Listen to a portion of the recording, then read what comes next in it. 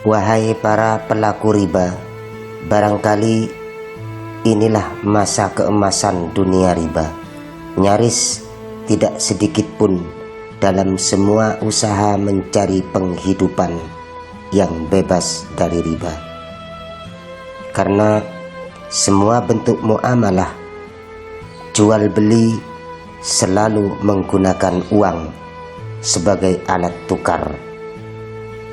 Berbeda halnya di zaman baginda Nabi besar Muhammad alaihi salatu wassalam, di mana alat tukar pada masa itu masih berupa dinar dan dirham yang terbuat dari emas dan perak.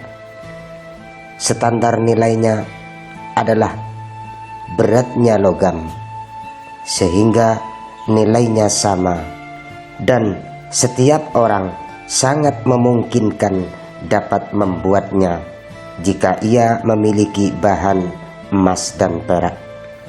Dalam kondisi seperti itu, perbuatan riba masih mungkin untuk dihindari, bahkan bisa dihapus.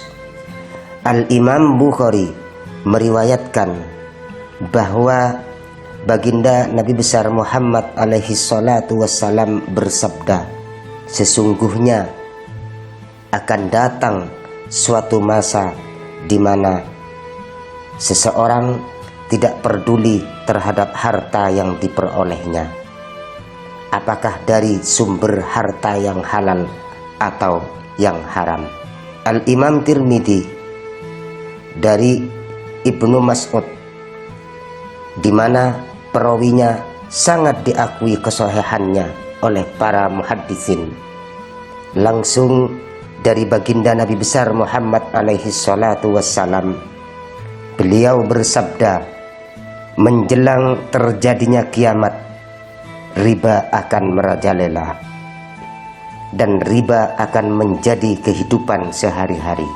Para ulama salaf di dalam beberapa kitab-kitab salaf bahwa hukum riba sangat jelas dan dijelaskan itu haram, baik adanya riba itu berbentuk riba nasi'ah maupun riba fadl, dilakukan dengan secara terpaksa atau secara sukarela, sedikit atau banyak, baik dilakukan oleh individu maupun oleh golongan.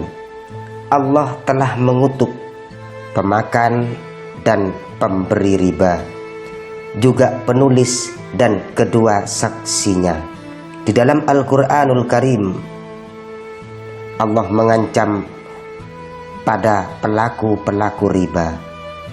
Allah berfirman, ya ayyuhalladzina amanu taqullaha wadharu ma baqiya minar riba in kuntum mu'minin fa illam taf'alu fa'dhanu biharbin minallahi wa rasulih wa in tubtum falakum ru'usu amwalikum la tadlimuna wa la tudlamun.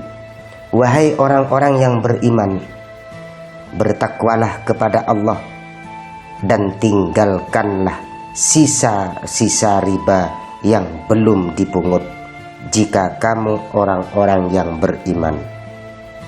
Maka jika kamu tidak mau melakukan atau meninggalkan riba, maka ketahuilah bahwa Allah dan Rasul-Nya akan memerangimu. Dan jika kamu bertobat dari pengambilan riba, maka bagimu pokok hartamu. Kamu tidak menganiaya dan tidak pula dianiaya. Al-Baqarah ayat 278 dan 279. Inilah yang terjadi mungkin pada zaman sekarang ini. Yang paling mengherankan adalah munculnya beragam bentuk bank-bank yang berbasis syariah maupun lembaga-lembaga keuangan syariah. Namun prakteknya hanya meniru bank-bank konvensional di dalam mengeruk keuntungan. Para pegawainya kebanyakan bukan dari orang-orang yang memahami persoalan perbankan syariah dengan baik. Bahkan kebanyakan hanya pindahan dari bank-bank konvensional yang melihat adanya keuntungan saja, baik keuntungan itu kecil atau besar yang ada di pasar bank syariah. Maka praktek bank-bank yang berlabel syariah ini akhirnya tidak jauh beda dengan bank-bank ribawi. Hanya nama dan produknya saja yang berlabel Islami, namun dalam prakteknya dan pelaksanaannya tetap menggunakan prinsip ribawi. Tetapi tidak boleh munafik. Sebagian perbankan benar-benar konsisten untuk mempraktekkan apa yang menjadi konsekuensi sistem syariah di dalam lembaga keuangan yang ada di dalam perbankan itu sendiri. Inilah yang sering kita lihat dan menjadi fenomena yang ada pada saat zaman sekarang ini.